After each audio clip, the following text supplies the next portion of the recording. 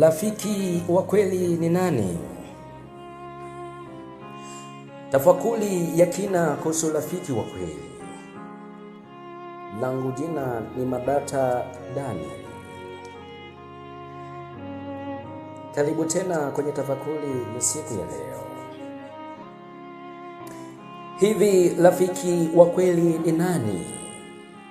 Rafiki hupenda siku zote, na ndugu huzaliwa kwa siku ya taabu. Kasome kwa muda wako Mithali 17 aya ya 17. Leo nataka nitafakari pamoja nawe kuhusu jambo ambalo limejenga watu wengi na wakati huo huo limeharibu watu wengi. Jambo hilo ni urafiki. Kuna watu walipoteza ndoa zao kwa sababu ya marafiki. Kuna watu walipoteza imani yao kwa sababu ya marafiki. Kuna vijana waliopoteza maono yao kwa sababu ya marafiki. Lakini pia kuna watu waliofikia kusudi lao kwa sababu ya marafiki. Kuna watu waliomjua Mungu vizuri zaidi kwa sababu ya marafiki. Sikiliza tena, kuna watu walionusurika katika nyakati ngumu kwa sababu ya marafiki. Hivyo swali si kama utakuwa na marafiki au hutakuwa nao. Swali ni kwamba una marafiki wa aina gani? Kwa sababu mara nyingi maisha yetu hayaendi kule tunakotaka kwenda. Maisha yetu huenda kule marafiki wetu wanakotuvuta. Sasa sikia, rafiki anaweza kubadilisha hatima yako. Biblia inasema, tembea na wenye hekima nawe utakuwa na hekima, bali urafiki wa wapumbavu ataumia. Kasome Mithali 13 na ile aya ya 20. Fikiria kijana mmoja mwenye ndoto kubwa, anataka kusoma, anataka kumjua Mungu, anataka kujenga maisha mazuri, lakini marafiki zake muda wote wanazungumzia starehe. Na starehe ni ngono. Ngono ni starehe, uzinzi, pombe na maisha yasiyo na mwelekeo. Baada ya miaka michache utaona hata ndoto zake zimeanza kufanana na ndoto za marafiki zake. Kwa nini? Kwa sababu marafiki wana uwezo wa kuhamisha mwelekeo wa maisha yetu bila sisi kujua. Kama vile jahazi linavyobadilisha mwelekeo na usukani mdogo, ndivyo maisha ya mtu yanavyoweza kubadilishwa na watu wachache waliomzunguka. Ndiyo maana kabla hujauliza unaenda wapi, hebu jiulize unaenda na nani? Kwa sababu watu unaotembea nao leo wanajua kesho yako kuliko unavyofikiri. Sikiliza, kuna kijana mmoja aliyepata nafasi ya kujiunga chuo. Alikuwa mnyenyekevu sana, alikuwa mwaminifu, alikuwa muombaji. Alipofika chuoni alipata kundi jipya la marafiki. Kila siku walimwambia, oya, maisha ni mafupi, furahia ujana wako, usiwe mtu wa dini sana. Mwanzoni alikuwa anakataa, baadaye akaanza kukubali kidogo kidogo. Miaka 4 baadaye alihitimu chuo. Lakini hakuwa tena yule mtu aliyekwenda chuoni. Alikuwa amepoteza maadili, amepoteza maono, amepoteza hata uhusiano wake na Mungu. Hakubadilishwa na shetani moja kwa moja, alibadilishwa na marafiki. Sikiliza, rafiki wa kweli hakusaidii kuharibika. Tunapozungumzia urafiki, watu wengi hudhani kuwa urafiki ni kuunga mkono kila kitu. Lakini Biblia inatufundisha tofauti. Katika Samueli wa pili sura ya 11 aya ya 14 hadi 17 tunasoma kuhusu Yoabu. Daudi alitaka Uria afe. Yoabu alijua jambo hilo si sahihi, lakini kwa jina la uaminifu akatekeleza agizo hilo. Matokeo yake dhambi ya Daudi ikawa kubwa zaidi. Yoabu alikuwa mwaminifu kwa matakwa ya Daudi, lakini hakuwa mwaminifu kwa ustawi wa Daudi. Rafiki wa kweli si mtu anayekusaidia kufanya kila unachotaka. Rafiki wa kweli ni mtu anayekusaidia kufanya kile unachohitaji kufanya. Kuna tofauti kubwa sana. Wakati mwingine kile tunachotaka ndicho kinachoweza kutuangamiza. Rafiki wa kweli atakwambia ukweli. Majeraha yatokanayo na rafiki ni ya kuaminika. Kasome kwa muda wako Misali 27 na ile aya ya 6.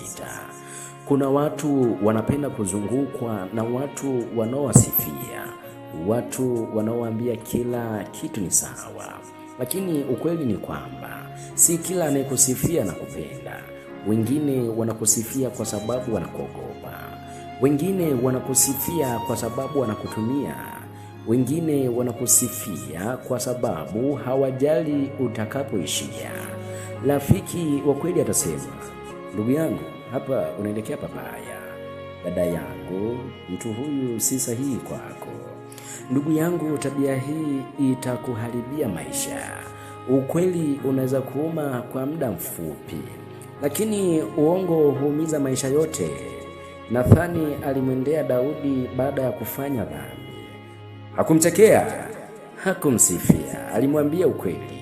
Na ukweli huo uliokoa maisha ya kiroho ya Daudi.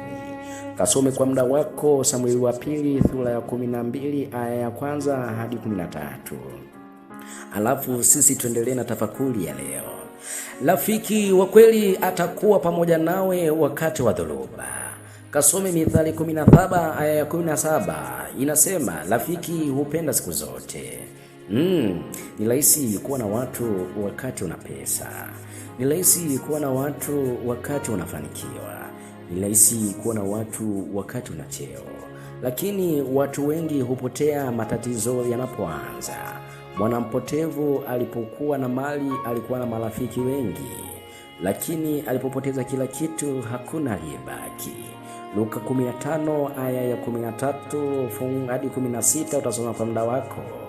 Kuna watu wanaopenda meza yako lakini hawapendi mzigo wako. Wanapenda baraka zako lakini hawapendi vita vyako. Wanapenda ushuhuda wako lakini hawapendi machozi yako. Rafiki wa kweli hubaki hata wakati hakuna faida ya kubaki. Unajua kisa cha maisha? Fikiria, mtu amelazwa hospitalini. Siku ya kwanza watu 100 wanapiga simu. Wiki ya pili simu zinapungua. Mwezi mmoja baadaye ni watu 2 au watu 3 tu wanaobaki.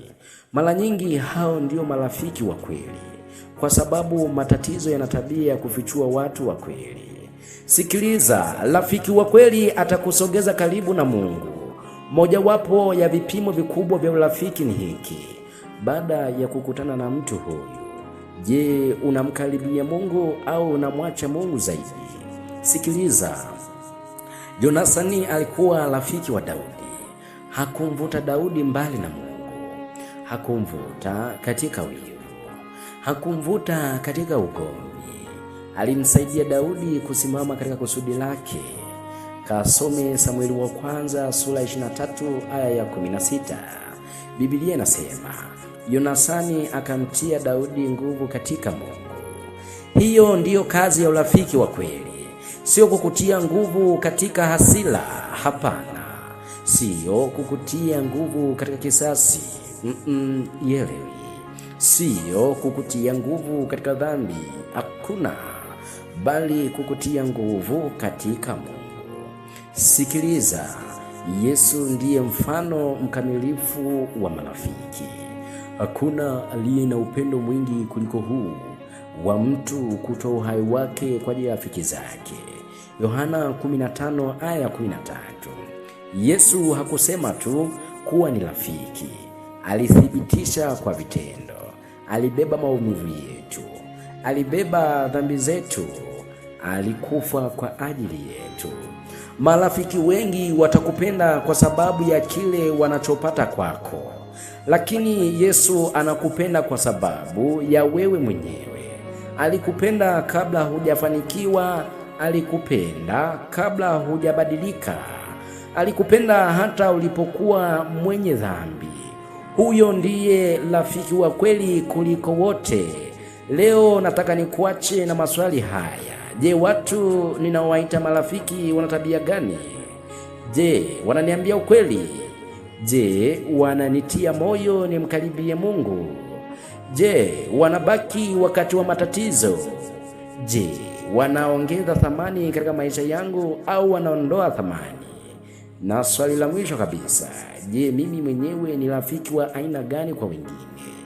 Kwa sababu kabla sijatafuta marafiki wa kweli, Mungu ananiita kwanza kuwa rafiki wa kweli.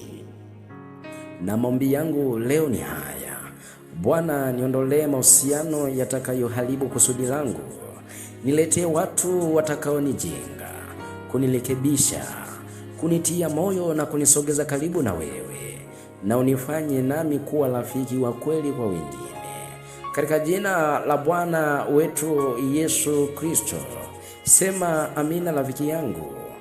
Langu jina ni Madata Danieli.